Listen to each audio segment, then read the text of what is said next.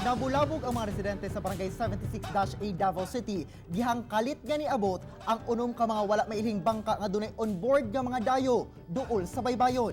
Aniya ang report. Mismo ang residenteng si Maymay Dicana ang nakasaksi sa pag-abot sa mga bangka sa Isla Suerte Times Beach banda alas 8 sa gabi. Usa ka lansya ug 5 kagamay bangka kuno ang dungan nga nangabot. Anaa sa 30 metros ang gilayon gikan sa baybay. Asa gikan ang mga lalaki?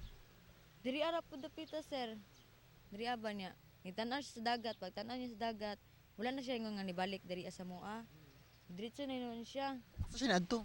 Ito aga ni unahan. Posible nga kauban to sa mga naibangka. Nga na good sir.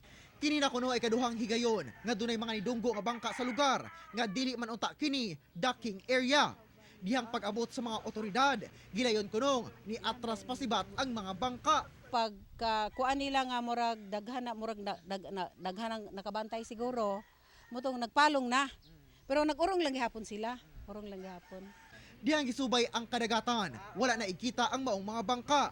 Hinoon gipanganti sa mga otoridad nga mas palapdan pa ang pagpatrolya sa kadagatan sa pakig-alayon sa Coast Guard aron malikayan o galing dunay moabot nga dunay dili maayong tumong sa syudad nga moagi sa kadagatan. Pag abot dito sa responding team, wala naman sila po'y naabdan o wala man po'y makasulti nga taga dito adjud no nga kung isa tong mga personahe. Sa pagkakaroon, ang mga security measures na nato nga ato sigurong mas ano pa jud nato na kanang ato apad yung pahugtan. Pasalamat sab sa mga residente nga gilayong nag-report sa maong hitabo. Kauban si Jojo Solarte sa kamera.